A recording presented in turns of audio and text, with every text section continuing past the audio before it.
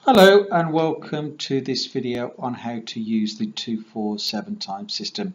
Here, this is a full training exercise on how to use the system in respect of nursing. So what we're going to show you is how to log in, how to change your passwords, how to manage your candidates, how to then assign them to jobs. We'll look at timesheet activity, how to then review your weekly trading, and then some common issues and cues surrounding use of the system. So as you can see from the virtual circle there, it starts by a trust requiring a worker from you. You'll then go and assign the candidate to the role, having added the candidate profile into the system, and the nurse then goes and works away at that trust Monday through to Sunday. It's the following week where activity takes place to add the hours into the timesheet and approvals are added, and then as a result of that we consolidate and payments are then made, and then we carry on with the cycle again. Just some words now about information governance. It is really important that you do not share your usernames and passwords. We will suspend any users where we find that taking place, and you'll have already obtained your candidate's permission to share information, and where required you must upload relevant documentation into the system, that may include into their profile as well. If you download information from 247 time, it's important that you keep that information secure, and we all hear of stories where somebody's left a memory stick or a CD on a bus or a train, and that information's got out into the public domain. So it's really important that you keep that information secure. We also adhere to the Information Commissioner's Office Data Protection Act, and we police that the users of 247 time do so too. And in respect of the NHS, you can only use 247 time whilst in the UK. And a final reassurance from us that we do not sell or trade your information with anybody. 247 time is a process of transferring information from your candidate and yourselves to the trust and vice versa. Okay, how to log into the system. You log in at time2.247time.co.uk, and you can log in on any device that's connected to the internet, but one thing we do suggest that you do is keep up to date with the browser, as there are compatibility issues with older versions of any browser.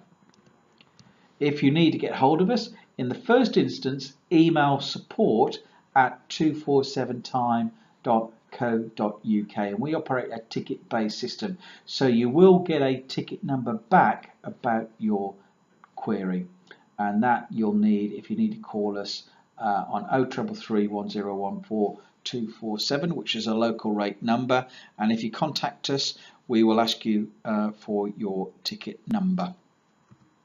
Okay, logging in, it's a question of obviously having a username and a password, and those can be issued to you. If you haven't got one of those, just email support and we will get those issued to you. Anything in blue is where you click to enter information or click to retrieve it. So forgotten usernames, forgot passwords, do exactly as they say in the tin, and we're going to click on login to go into the system. When you log in, you're presented then with the dashboard, and the dashboard is our means of conveying information that we think it's important that you should see. We may send it to you weekly by email, but for belt braces purposes we'll place it here as well. Now, having signed in for the first time, what you're presented is a copy of our standard terms and conditions, so you agree to those, and we'll ask you then to go in and change your password. So the way to do that is to go in and click on settings, and then it comes up with the change password screen. So enter the password that we've given you plus the password then that you want to use from there on in. Click on modify, and that then becomes your password from there on in. So let's have a look now at candidate management.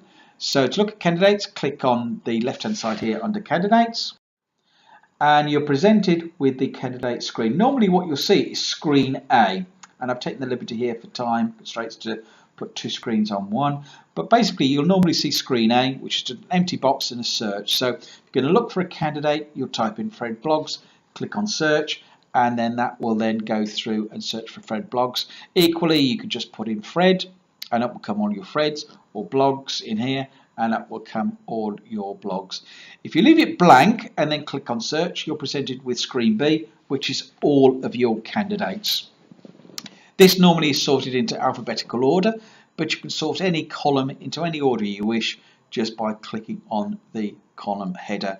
And to go in and amend a candidate, all you do is click on the blue, which is their national insurance number, and then you can go in and amend any information as required. The one thing you can't amend is the national insurance number, because that never changes for anybody.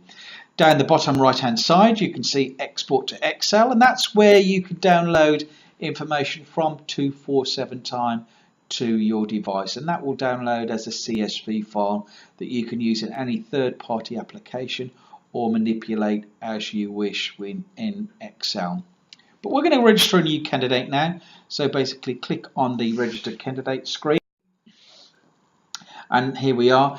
Very common with most HR systems, it's just a question of the NI number, you'll see your agency name, and then you type in details of your candidate.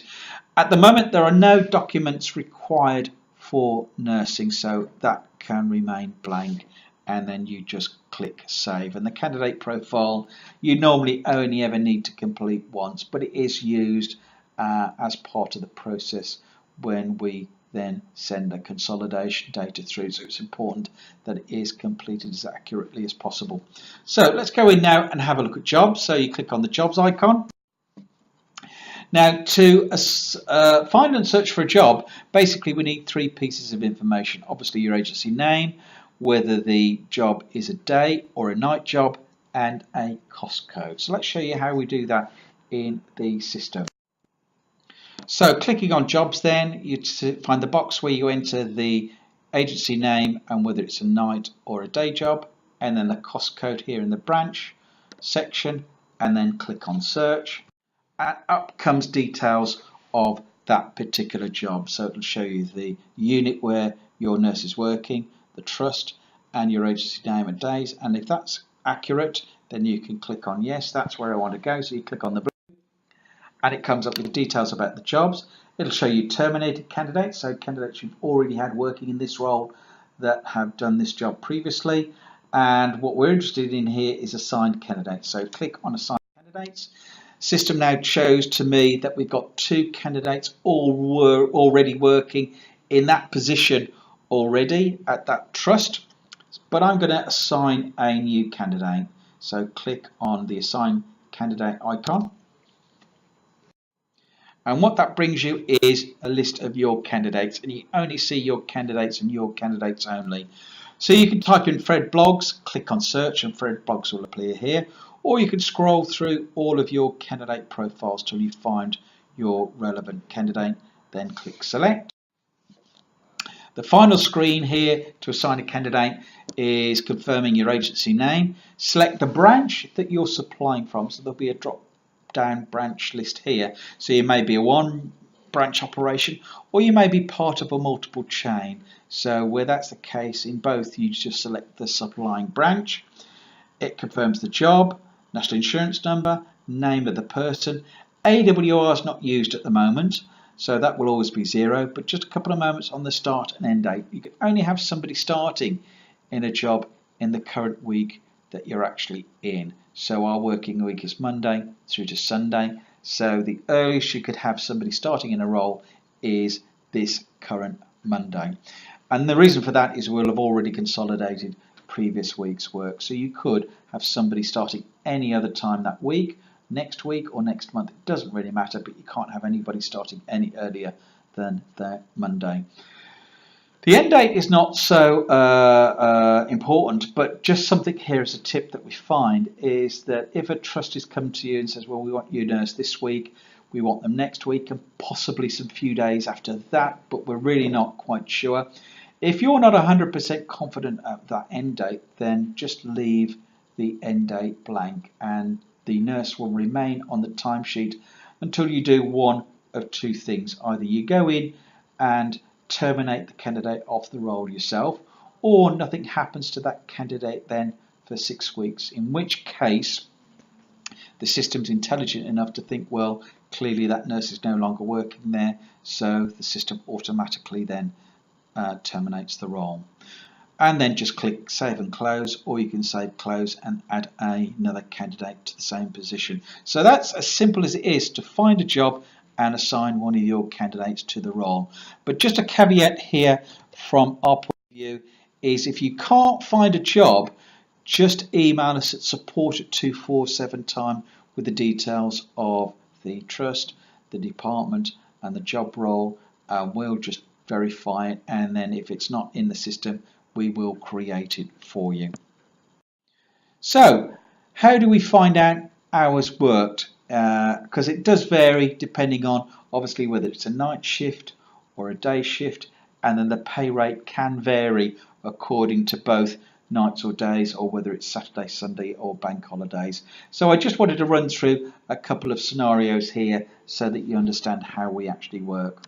So the first example is you've got a nurse working normally within the day hours, and then all you do is take the breaks off and then add the hours worked into the relevant day box, and there's a box for every day of the week. So in this simple example, you just put the hours in the day box. Same for the night rate. So when the nights operate from 8 p.m. to 6 a.m. and somebody's working then overnight, you basically add those hours into the relevant night box. And where you have a nurse that's likely to work both days and nights, then assign them both to the same job role. Where it gets more complicated is if, say, for example, you have a nurse that's going in a little bit earlier and she's working some day rate and then working a shift overnight, and there's some night rates. And again, this is where rates can vary. So where that's the case, then split the hours worked so that obviously then you put the day rates into the relevant day box and the night hours into the relevant night box. And the most complicated example we see is where, say, for example, somebody goes in a little bit earlier, then works a shift, let's say overnight, and that overnight then goes into a bank holiday. So how do you accommodate that? So here you basically apportion the shift across the three relevant rates. So you've got a day rate and a night rate and then a bank holiday rate, and the system will automatically calculate the pay rate where a bank holiday actually applies. So in simple terms, it's weekday rates, day or night, and then there may be different charges then due to Saturday, Sunday or bank holiday rates, and split the hours into the relevant sections according to what the pay rate actually is. So this is how we work it out then in terms of adding the hours into the timesheet. So basically what you need to do then is click on timesheets, select the trust and the department where your nurse is going to be working, and you see your nurse and only your nurse's information. So what we have then at the top here is you can see in this particular example, I'm going to say John Test is working on the, let's say, Friday or the Thursday before the Friday bank holiday. So we're going to have them coming in a little bit earlier. So there's the day rate. So they've been assigned to the day rate box job. So you put in 1 hour in here. The nights then you apportion the hours that they've worked up until midnight, and then the hours that they've worked after the midnight, so they get paid the bank holiday rate accordingly. So if a trust is using booking reference numbers or purchase order numbers, then you put the purchase order number in here. If you want to add any information to the approver for that particular candidate for that particular week, then you can add some information in here. And equally, the approver, if they want to send you some information, and let's say, for example, that they're not going to approve a candidate's hours, then they'll put some information in notes here as well. And what you can do then on a weekly basis is go in and click on unapproved, and in fact you can do this at any particular moment in time that you wish. Click on unapproved, click on search, and it will show you what timesheets have been approved. You click on notes and have a look at what's been written and then take any remedial action required. Then all you need to do is upload a copy of the timesheet. So it can be your timesheet, it could be the department's timesheet, it may be the trust generic timesheet. But basically you upload a copy of it, and the evidence that an approver will want to see is obviously the name of the nurse, the hours that they've worked, that the nurse has signed it, and that somebody from the department has signed it as well, because the approver may not necessarily be somebody that works at that particular department, and it could be a doc file, it could be a PDF, and it could even be a JPEG. It doesn't really matter so long as the information is clear enough for the approver to be satisfied with the information it contains. And then all you do is click on save, or if you've got a number of candidates to approve or added information, you can add it all in and then just click on save all at the bottom. So the timetable then, basically what you've got is a number of steps that follow through on a weekly basis. So your nurse comes in, registers at your agency, and the nurse then goes away and works at a trust Monday through to Sunday. It's the following week then that the activity takes place. So your deadline for putting this information into the timesheet on a weekly basis is 5 p.m. But just a tip here that we find is it may be useful to say to your candidates that you want their copies of their timesheets by Monday at 5 p.m.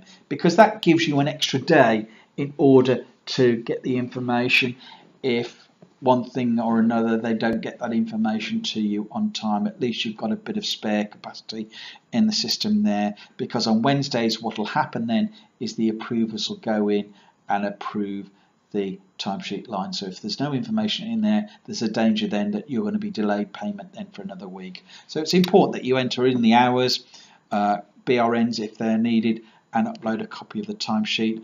And then depending on the actual day when the approvers go in, they'll go in and approve those timesheets. And as a result of that, then payment terms are made to you as per the contract. Okay, what happens then if you've got a nurse that's been working at a trust then for a number of weeks and you realise then that the candidate's not on the system? So how can you then get up to date with payments? Well, first and foremost is you can now go in and add up to 4 weeks previous timesheets into the system yourselves. If you require any more than a previous 4 weeks, just email support and we can do the necessary for you on that. So how do you do that? Well, first of all you do is you click on candidates, select your candidate, and we're using Joe Smith as an example here. Come down to the bottom and select the role that they're working on. So then you click on the blue and it comes up then with the job that they've been assigned to. So you click on assigned candidates and you can see the job role, and you can see here all you do is add an historic timesheet. So then you add in the Sunday dates. You use the calendar function here, or you can add in the Sunday dates, click add, and continue to add up to 4 previous weeks as you need to. Then what happens is the system then adds a line for that particular week, and it's coloured pink to show that it's an historical timesheet. So what you do is you navigate to the week in question, and then up it comes, and you complete the week as you would do had it been an ordinary week. And as a result of then doing that, the approvers will go in and not only approve the current week, but will also go in and approve any other weeks then that are due. And as a result of that, when consolidation takes place, all of those payments are made and then everybody catches up. So if you need to go in and adjust some hours, let's say for example you've had somebody, in this case as you can see, somebody with no hours added into the system, but they did actually work that particular week and they've already been assigned to the role. All you can do is just go in, click on adjust hours, and it puts a line here in yellow for you. So what you then do is then put in the relevant hours. So say for example then if a candidate worked 10 hours and they should have only been paid for 8 because they only actually worked 8, then you can put -2 in the relevant day box and it reduces the next pay by 2 hours. The flip side of that, if they were paid for 10 hours and should have been paid for 12, then you can put 2 in the relevant day box and it will increase the pay by 2 hours. And as you can see here in this example, there are no hours worked, so you put the hours in, then do as you would do any other timesheet line, upload a copy of the timesheet, click on save, and that then makes all the necessary adjustments as a result of doing that. Okay, so having run the consolidation then, it's important to understand then what your trading position is. And when you click on invoices, as you can see here, there is a line for every trust that you deal with, and that line contains 2 pieces of information, and that's updated every week for every trust that you deal with. So the first piece of information is a data file. So when you click on that, it downloads to your device a PDF invoice that shows a net amount, VAT and gross amount. Now this is a self-billing invoice, so this is what the system does on your behalf. So you don't need to bill the trust anymore or send out an invoice. You may need to still do your own internal back office accounts work, but when that invoice then spits off, you don't need to send that to the trust. The system has done that for you on your behalf, and this could be for tens of thousands of pounds. So you're going to want to know, how is that broken down? So if you go back to your invoicing file, you can see here there's another item, data file. Click on that and it downloads a CSV file to your device that breaks down that invoice to the penny, and it contains every piece of information. And just a bit of advice here, that it would be useful to go in on a weekly basis and just review that and just see that it matches your expectations, because being human, we all know it's easier to do things when things are fresh in your mind rather than 6 months later. And this information is available to you on demand anytime you need it. Once it sits there, then basically it's available for you. If you want to go back in and have a look at this in 6 months from now, then the information is there for you. Okay, number of reasons then why candidates and payments then are delayed. First and foremost, obviously, it's the candidate profile. It makes sure that you do complete that as accurate as possible and as complete as possible. Secondly, is just make sure that you assign your candidate to a job, and in particular the right job role as well. So just take your time making sure that that is all okay. And then finally, make sure that you do upload as required the timesheet information as required, because again, each and every one of those can cause delay to processing payments if they're not completed correctly. So what happens if you've got a query? Simple steps is to go in and have a look at the support website and review it and just see if there's anything there that leaps out at you that you haven't actually done. We also then recommend that you go in and have a look at your candidate's journey, look at the profile, look at the job that you've assigned them to, then look at the timesheet, see if there's anything in the notes in terms of that timesheet for that particular week, and you can do that by clicking on the unapproved. And if there's nothing there that sort of comes to light, then email us at support@247time.co.uk and we'll go in and we can intercede then on your behalf